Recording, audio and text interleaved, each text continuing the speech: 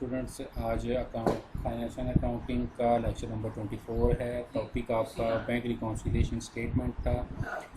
Concept की बात हम 23rd लेक्चर में कर चुके हैं और कंसेप्ट तो आपको उम्मीद है समझ आ गई होगी। आज हम न्यूमेरिकल की तरफ चलते हैं। न्यूमेरिकल सॉल्व करना है हमने आज, और इसमें ट्रांजैक्शंस पहले पढ़ के तो आपको समझा दूँगा कि ये जो ट्रांजैक्शंस हैं इनके मीनिंग क्या हैं और ये क्या बात कर रहा है यहाँ पे।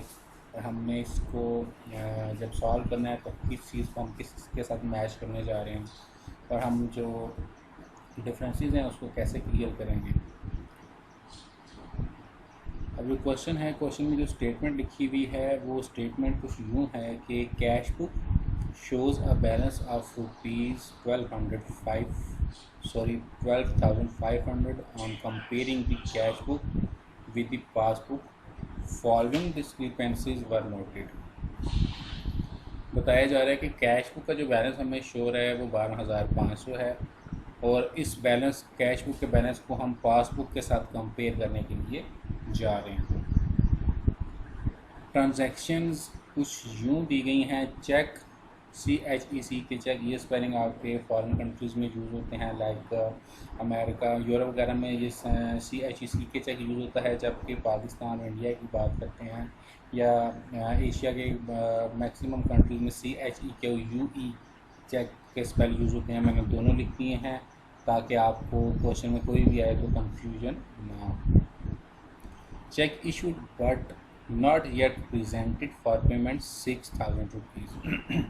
चेक इशू तो हुआ है लेकिन जो दुकानदार है, या फॉर एग्ज़ाम्पल मैं यूँ बात करता हूँ कि मैंने किसी को 6,000 रुपये का चेक इशू कर दिया, तो आपको पता है कि जो कैश बुक और पासबुक की हम बात करते हैं तो कैश बुक हम खुद मेंटेन करते हैं और पासबुक हमें बैंक मेंटेन करके देता है। तो जब मैं 6,000 का चेक इशू करूँगा तो मैं अपने पासबुक में से जो टोटल अमाउंट है उसमें से -6,000 कर लूँगा। इट्स मीन कि मैंने क्यों अपने पास नोटेट किया कि मैंने 6,000 रुपये दे दिए हैं, लेकिन मैंने एक चेक की फॉर्म में दिए थे। तो बैंक पासबुक में तब तक राइट नहीं करेगा जब तक ये 6,000 रुपये आपके अकाउंट से निकाल ना लिए जाएँ। तो एक तो ये हमारा डिफरेंस क्रिएट होता है कि हमारे जो कैश बुक है और पासबुक में 6,000 का डिफरेंस आ रहा है। इट्स मीन कि हम पासबुक से 6,000 रुपये कम हमारे पास कैश बुक में शो हो रहे हैं। दूसरी जो स्टेटमेंट है, check deposited in the bank but not collected 9,000 rupees. जो चेक है या चेक्स हैं, अगर 9,000 का एक है तो फिर वो चेक होगा, अगर 2 या 3 चेक हैं उन टोटल मिला के तो 9,000 मिलता है तो वो चेक्स होंगे। हम चेक डिपॉजिट करवाते हैं बैंक में 9,000 का। फॉर एग्ज़ाम्पल हम ये कहते हैं कि मैंने कोई प्रोडक्ट सेल किया किसी कस्टमर को, तो उसने मुझे 9,000 का चेक दे दिया। अब वो 9,000 का चेक जब मैं बैंक में जमा करवा के आऊँगा तो मैं उधर उसी वक्त अपनी कैश बुक में नोट कर लूँगा कि मेरे अकाउंट में 9,000 रुपये आ गए हैं। क्यों नोट कर लूँगा? क्योंकि मैंने चेक जमा करवाया, मुझे ये लगा कि 9,000 जब मैंने बैंक में दे दिया है तो बैंक में आते रहेंगे, लेकिन मेरे पास इस वक्त 9,000 रुपये में इजाफा हो गया। बट नॉट कलेक्टेड 9,000 रुपीज़, लेकिन किसी वजह के बिना पर वो चेक हमारा क्लियर नहीं हुआ, या फिर जो चेक हमें मिला है उसके जिस बंदे ने हमें चेक दिया उसके अकाउंट में पैसे नहीं थे शायद, या उसके साइन मैच नहीं कर रहे थे, या कोई भी इशू हो सकता है। तो क्या हमारा चेक क्लियर ही नहीं हुआ। इट्स मीन कि उसके अकाउंट से 9,000 रुपये हमारे अकाउंट में मुंतकिल नहीं हुए। तो इसका मतलब है कि जो हमने कैश बुक में 9,000 एक्स्ट्रा लिख लिया और हमारी पासबुक में ये 9,000 का डिफरेंस आ रहा है। पासबुक का बैलेंस हमसे 9,000 रुपये कम होगा कैश बुक से, तो ये एक डिफरेंस हमारे पास दूसरा क्रिएट होता है। तीसरा है जी, bank paid insurance premium 5,000 rupees. हम बैंक को ऑथराइज करते हैं कि हमने इंश्योरेंस पॉलिसी परचेज़ की हुई है, हम हर साल में इंस्टॉलमेंट देते हैं इंश्योरेंस की, तो 5,000 रुपये इंश्योरेंस इंस्टॉलमेंट है हमारी। हमने बैंक को ऑथराइज कर दिया है कि जब भी हमारे इंश्योरेंस प्रीमियम साल का हमने पे करना हो तो वो हमारे अकाउंट से डिडक्ट कर लिया जाए। तो जब अकाउंट से डिडक्ट हो जाएगा तो हमें तो नहीं पता चलेगा, हम कैश बुक में उसको कैसे लिखेंगे, हम तो लिख ही नहीं सकते। तो क्या होगा कि हमारा जो पासबुक है उसमें से आपका जो 5,000 रुपये हैं वो बैलेंस कम होगा। किसकी निस्बत कम होगा? कैश बुक की निस्बत वो 5,000 रुपये कम शो हो रहे होंगे। तो हमने इस बैलेंस को भी मैच करना है किसके साथ? पासबुक के साथ। तो फिर हम क्या करेंगे, हम यूँ करेंगे कि जब जो कैश बुक में हमारे पास बैलेंस है उसमें से 5,000 रुपये माइनस करके अपना बैलेंस कैश बुक के मुताबिक ले आएंगे। नेक्स्ट था जी हमारे पास बैंक चार्जेस 300। अब बैंक हमें जो फैसिलिटी प्रोवाइड करता है उसके वो मंथली चार्जेस काटते हैं। मंथली चार्जेस किस फॉर्म में होते हैं वो आप ये कह लेंगे जैसे SMS अलर्ट के पैसे उन्होंने काट लिए, चेक जब हम जमा करवाते हैं तो चेक क्लियरिंग के जो चार्जेस होते हैं वो काट लेते हैं, या जब हम कोई चेक बुक नहीं बैंक से इशू करवाते हैं तो वो उसके चार्जेस काट लेते हैं। तो ये क्या होता है, बैंक चार्जेस काटता है। जो बैंक के चार्जेस होते हैं ये हमें पता नहीं होता कि बैंक ने कितने चार्जेस किस टाइम काटे हैं। ठीक है, तो ये आपको जो बैंक स्टेटमेंट में तो वाज़ेह हो जाते हैं, लेकिन ओरली बैंक आपको उस वक्त इन्फॉर्म नहीं करता कि हम आपके अकाउंट से 300 रुपये काटने लगे हैं। तो इस सूरत में क्या होता है, पासबुक का बैलेंस 300 रुपये कम हो जाता है, तो जो कैश बुक है वो बैलेंस आपने उसमें से 300 माइनस ही नहीं किया होता, तो ये डिफरेंस आ रहा होता है हमारे पास। फिर फिफ्थ ट्रांजेक्शन है directly deposit by customer 8,000 rupees. Customer ने डायरेक्टली जाके ना हमारे अकाउंट में 8,000 रुपये जमा करवा दिए। हमने कस्टमर को कोई हार्डवेयर चीज़ दी हुई थी, उसने कहा था कि चलो मैं आपको एक हफ्ते तक पैसे दे दूँगा। तो हमने कहा था ठीक है ये मेरा अकाउंट नंबर है, इसमें तुम जमा करवा दिया, मुझे बता देना। तो कस्टमर ने क्या किया, हम चला गया पैसे लेके हमारे बैंक में, और बैंक अकाउंट में हमारे उसने 8,000 जमा करवा दी, लेकिन उसने हमें बताया कोई नहीं, उसको बताना याद ही नहीं। तो अब क्या होगा कि जो आपकी पासबुक का बैलेंस है वो 8,000 रुपीज़ इंक्रीज़ हो गया, जबकि कैश बुक में तो हमें पता ही नहीं है। हम अगर 8,000 अपने पास लिखते तो फिर दोनों का बैलेंस मैच होता ना। तो एक ये डिफरेंस आ गया कि जो हमारा पासबुक है वो बैलेंस इंक्रीज़ हो गया और कैश बुक का बैलेंस इंक्रीज़ नहीं हो सकता। ये रीज़न है कि हमारे पासबुक का और कैश बुक का बैलेंस आपस में मैच नहीं कर रहा। लास्ट जो आपकी ट्रांजैक्शन है वो है interest on investment collected by the bank 2,000 rupees. जो इंटरेस्ट बैंक रिसीव करता है, लाइक जो आपके अमाउंट बैंक में पड़ी होती है, अगर आपका सेविंग अकाउंट है तो उसके ऊपर हर मंथ के बाद इंटरेस्ट लगता है। या फिर यूँ होता है कि आप कोई TDR बनवा लेते हैं, टर्म डिपॉजिट सर्टिफिकेट बनवाते हैं, तो उसमें क्या होता है कि एनुअली आपके अकाउंट में इंटरेस्ट लगता है। तो इन दोनों ही आपने कहीं इन्वेस्टमेंट की है या अकाउंट में वैसे सेविंग अकाउंट में पैसे पड़े हैं या TDR की फॉर्म में आपके अकाउंट में जो इंटरेस्ट लग गया है, तो वो 2,000 रुपये आपके अकाउंट में इंटरेस्ट लगा है। अब इंटरेस्ट जब आपके अकाउंट में लगा तो आपको तो पता नहीं है कि लग गया, लेकिन जो पासबुक में है उसमें तो राइट हो जाएगा, तो 2,000 रुपये का इजाफा हो जाएगा आपके पास। ठीक है, तो कैश बुक का बैलेंस कम और पासबुक का 2,000 रुपीज़ एक्सेस बैलेंस आ रहा है, तो ये डिफरेंस रह गया होता है। ठीक है, अब हमारे पास रिक्वायरमेंट क्या है, प्रीपेयर बैंक रिकॉन्सिलेशन स्टेटमेंट, कि हमने एक स्टेटमेंट बनानी है जिसमें हम ये डिफरेंसेस को क्लियर करेंगे।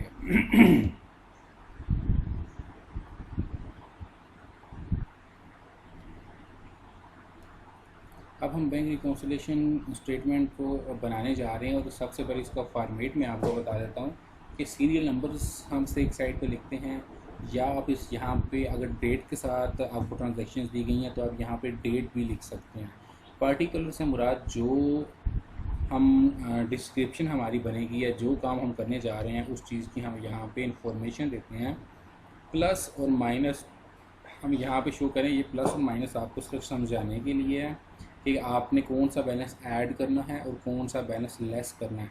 वैसे यहाँ पे अमूमन रुपीज़ लिखा जाता है, ठीक है, यहाँ पे RS मीन रुपीज़ लिखा जाता है।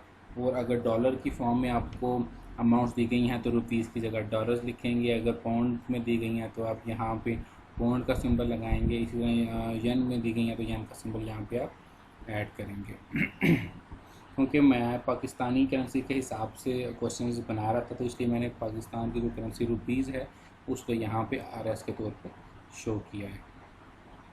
स्टेटमेंट्स हम देखते हैं जी। अब हम अपना सोल्यूशन स्टार्ट करने लगे हैं। क्या है जी, पहले हमारी ट्रांजैक्शन क्या थी जी, ट्रांजैक्शन से पहले हमारे पास cash book shows balance rupees 12,500 on comparing the cash book. अब हमें बता रहा है कि बैलेंस एज़ पर कैश बुक हमें दिया गया है कितना, 12,500 रुपये। अब हमने अपनी कैश बुक को किसके बराबर लेके आना है, पासबुक के बराबर लेके आना है। याद रखिएगा अगर कैश बुक का बैलेंस इंक्रीज़ हो रहा है तो हमने पासबुक के मुताबिक उसको लेके आना है, और पासबुक का बैलेंस अगर डिक्रीज़ हो रहा है तो कैश बुक को भी डिक्रीज़ करके पासबुक के मुताबिक लेके आना है। ये याद रखें आपने कि हम अपनी कैश बुक को पासबुक के साथ मेंटेन करने के लिए जा रहे हैं। हमें यहाँ पे कैश बुक से फ़र्क नहीं पड़ेगा कैश बुक ज़्यादा हो रही है या कैश बुक कम हो रही है। हमने अगर ज़्यादा हो रही है तो पासबुक के मुताबिक कम कर देंगे, अगर कैश बुक कम हो रही है तो ज़्यादा करके पासबुक के मुताबिक ले आएंगे। ठीक है, हमने कंपेयर किससे करना है, पासबुक से मैं कंपेयर करना है। पहली ट्रांजैक्शन हमारे पास क्या थी कि cheque issued but not yet presented for payment 6000 rupees. Cheque issue कर दिया लेकिन अभी तक प्रेजेंटेड नहीं हुआ। अच्छा, अमाउंट कितनी थी, 6000 रुपीज़। मैंने आपको ऑलरेडी समझा दिया था। अब देखें हुआ होता क्या है। होता यूँ है कि जो हमने चेक जब इशू किया तो हमने अपनी कैश बुक में से उसको क्या कर लिया, उसमें चेक इशू करने के बाद हमने अपनी कैश बुक में से 600 रुपये माइनस कर लिए, लेकिन वो अभी तक हमारे अकाउंट से कटा ही नहीं है। इसका मतलब है हमारे अकाउंट में जो बैलेंस आ रहा है, फॉर एग्ज़ाम्पल मैं यूँ एग्ज़ाम्पल देता हूँ, मेरे अकाउंट में 10,000 रुपये थे। ठीक है, तो मैंने 6,000 का चेक इशू कर दिया तो मेरे पास कैश बुक में 4,000 रुपये आ रहे हैं और पासबुक में 10,000 रुपये आ रहे हैं। अब जब से मेरे अकाउंट में पैसे कटेंगे तो मेरे पासबुक में 6,000 होगा ना। इसका मतलब है कि मेरे अकाउंट से पैसे अभी तक नहीं कटे, मेरे अकाउंट में 10,000 आ रहे हैं। तो जो हमने 6,000 माइनस किया ये हमसे गलती हो गई, ये हमारी मिस्टेक हो गई। इसको ठीक करना है तो हम क्या करेंगे कि जो 6,000 रुपीज़ है वो वापस ऐड कर लेंगे कैश बुक में। तो फिर क्या होगा कि 4,000 हमारा पहला बैलेंस था, 6,000 हम ऐड कर लेंगे, इसलिए प्लस का कॉलम लिखा है, आपको पता चले हम क्या चीज़ ऐड करने जा रहे हैं और क्या चीज़ माइनस करेंगे। तो 6,000 रुपीज़ अगर हम अपनी कैश बुक में ऐड कर लेंगे तो इट्स मीन कि 10,000 हमारे पास दोनों तरफ बैलेंस सेम आ जाएगा। मैंने आपको पहले भी बताया था हमने अपना बैलेंस पासबुक के मुताबिक मैच करना है। पासबुक में 10,000 था, इसलिए जो हमने अपना बैलेंस है उसको 6,000 जमा किया तो पासबुक के साथ 10,000 आ जाएगा। ये मैंने एग्जांपल दिया आपको, ठीक है। ये 10,000 यहाँ पे शो नहीं हो रहा, कहीं भी लिखा हो, ये अगर जस्ट एग्जांपल आपको समझाने के लिए थी। दूसरा जो ट्रांजैक्शन थी हमारे पास, दूसरी ट्रांजैक्शन हमारे पास आ रही है check deposited in the bank but not collected 9,000 rupees. मुझे एक बंदे ने चेक दे दिया जी, मैंने उसको कोई चीज़ सेल की है, उसने मुझे चेक दिया, मैंने अपने बैंक में जमा करवा दिया। बैंक में जमा करवाते साथ ही मैंने अपनी कैश बुक में आके उसको 9,000 को ऐड कर दिया अपने पास। अब दोबारा एग्जांपल दे रहा हूँ कि मेरे पास फॉर एग्जांपल 10,000 थे मेरे अकाउंट में, कैश बुक में भी 10,000 लिखा हुआ आ रहा है और पासबुक में भी 10,000 लिखा हुआ आ रहा है। अब जब 9,000 मैंने बैंक में जमा करवाया तो मैंने अपने पास कैश बुक में 10,000 में 9,000 जमा कर लिया, मेरे पास बन गया टोटल 19,000 रुपये। लेकिन मेरा चेक जोन सा है वो अभी क्लियर ही नहीं हुआ, कलेक्ट ही नहीं किया बैंक ने। इट्स मीन कि मैंने जो जमा करवाया था बैंक ने वो चेक आगे भेज दिया, तो आगे से क्या हुआ, डिस्क्रिपेंसी लग के आ गई कि इस बंदे के अकाउंट में तो पैसे ही नहीं हैं, तो वो चेक रिटर्न होकर वापस बैंक में आ जाएगा। इसका मतलब है कि जब चेक रिटर्न होकर आ गया तो मेरे अकाउंट में वो 9,000 रुपये ऐड नहीं हुए। तो क्या हुआ, इसका मतलब है कि मेरी पासबुक का बैलेंस 10,000 रुपये खड़ा है, लेकिन कैश बुक में तो मैंने 9,000 जमा करके तो 19,000 कर लिया था। तो अब मुझे क्या करना पड़ेगा, कैश बुक में से 9,000 रुपये माइनस करने पड़ेंगे। इसलिए ये 9,000 माइनस वाली जगह पे आ गया। ये 9,000 रुपये मुझे उसमें से माइनस करने पड़ेंगे, तो तब हमारा जाके कैश बुक और पासबुक का बैलेंस लेवल होगा। थर्ड ट्रांजैक्शन थी bank paid insurance premium. Bank ने इंश्योरेंस प्रीमियम पे कर दिया, हमने ऑथोराइज़ किया हुआ था बैंक को जी जब भी प्रीमियम इंश्योरेंस का लेना हो तो हमारे अकाउंट से डिडक्ट कर लिया करें। अब देखिए पासबुक का बैलेंस हमारा 10,000 था, कैश बुक भी 10,000 था, बैंक ने जो पैसे पे कर दिए 5,000, तो पासबुक का बैलेंस मेरा 5,000 रुपये रह गया। लेकिन मेरे पास जो कैश बुक का बैलेंस है वो कितना आ रहा है, 10,000 आ रहा है। तो अब मुझे पासबुक का बैलेंस जब मैच करना पड़ेगा पासबुक के साथ, तो मेरा फिर क्या करना पड़ेगा, मुझे कैश बुक में से भी 5,000 रुपीज़ माइनस करने पड़ेंगे, तब जाके मेरा पासबुक और कैश बुक का बैलेंस मैच होगा। तो ये देखें, ये हमने क्या किया, 5,000 को माइनस वाली साइड पर लिख दिया कि हम 5,000 रुपये अपनी कैश बुक से माइनस करेंगे, तब जाके हमारा बैलेंस कैश बुक के साथ पासबुक के साथ मैच करेंगे। नेक्स्ट था जी हमारे पास bank charges deducted by bank. Bank ने 300 रुपये चार्जेस काट लिए, हमें पता ही नहीं चला। जब वो चार्जेस काटेगा 10,000 मेरा, दोबारा एग्जांपल दे रहा हूँ, 10,000 कैश बुक बैलेंस था, 10,000 मेरा पासबुक बैलेंस था। तो बैंक ने चार्जेस काट लिए 300 रुपये, मेरे पास पेंडिंग बैलेंस कितना रह गया, 9,700 रुपये। जबकि मेरी कैश बुक में तो 10,000 आ रहा है, तो मुझे बैलेंस किसके साथ मैच करना है, पासबुक के साथ। तो इस मीन के मुझे 9700 करने हैं अपनी कैश बुक में। तो मैं क्या करूँगा, 300 रुपीज़ माइनस करूँगा कैश बुक से भी। तो इसलिए मैंने इस 300 को माइनस वाली साइड पे लिख दिया। नेक्स्ट ट्रांजैक्शन दी क्या थी जी, directly deposit by customer. Customer को कोई चीज़ सेल की थी, उन्हें बोला था यार तुम ऐसे करना कि 8,000 जो तुमने मुझे देने मेरे अकाउंट में जमा करवा के मुझे बता देना। तो कस्टमर ने 8,000 रुपये मेरे बैंक में जमा तो करवा दिए, लेकिन गलती से उसको बताना याद ही नहीं रहा, उसके ज़हन में नहीं रहा। ठीक है, तो क्या हुआ, जब उसने 10,000 रुपये जमा करवाए मेरे अकाउंट में, दोबारा एग्जांपल दे रहा हूँ समझिएगा, 10,000 मेरे कैश बुक में था, 10,000 मेरे पासबुक में था। तो जब कस्टमर बैंक में जमा करवाएगा 8,000 रुपये, तो मेरे पासबुक का बैलेंस 10,000 जमा 8,000 18,000 हो जाएगा, और कैश बुक का बैलेंस मेरे पास कितना शो है, 10,000 रुपये शो है। तो मुझे अपना बैलेंस कैश बुक का पासबुक के साथ मैच करना है, तो मुझे कितने पैसे और डालने पड़ेंगे कैश बुक में, 8,000 जमा करना पड़ेगा। इसका मतलब है कि ये जो 8,000 रुपया है, ये हम प्लस वाली साइड पे यहाँ पे शो कर देंगे, भाई ये हमने 10,000 रुपया इसमें ऐड कर लिया। ये हमारा डिफरेंस आ रहा था जो हमने यहाँ पे लिख के क्लियर कर दिया। दूसरा था interest collected by bank. Bank ने आपके भी हाफ पे इंटरेस्ट कलेक्ट किया। आप बैंक को ऑथराइज करते हैं कि यार ठीक है, मेरे जब भी पैसों पे इंटरेस्ट लगा मेरे अकाउंट में डाल देना, या मैंने यहाँ पे इस टर्म में इन्वेस्ट किया है तो यहाँ पे जो भी प्रॉफिट आएगा मेरे अकाउंट में जमा कर देना, या मैंने टर्म डिपॉजिट सर्टिफिकेट लिया हुआ है तो यहाँ से जो मेरा बैलेंस जो मुझे मुनाफा आएगा वो मेरे अकाउंट में जमा कर देना। बैंक ने आपके भी हाफ पे 2,000 रुपये आपके अकाउंट में जमा कर दिए। जब बैंक अपने अकाउंट आपके अकाउंट में पैसे जमा कर रहा है तो वो पासबुक में उसने 2,000 रुपीज़ ऐड कर दिया।